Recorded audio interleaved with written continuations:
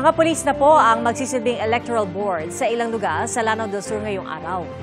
Yan po ay matapos umatras ang ilang guro dahil sa takot sa tensyon sa pagitan ng mga magkakatunggaling kandidato sa bayan ng Pualas.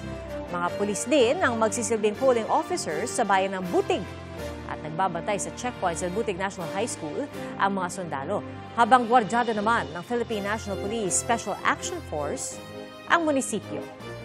Ang Butig ay ang bayan ng mga leader ng Maute Group na nanguna noon sa pagkubkob sa Marawi. At ganyan din po ang sitwasyon sa Buluan, Maguindanao del Sur. Umatras ang mga guro doon dahil sa takot na madamay sa kaguluhan sa bayan. At hahalili po sa kanila ang mahigit 80 pulis mula sa iba't ibang lugar sa Luzon.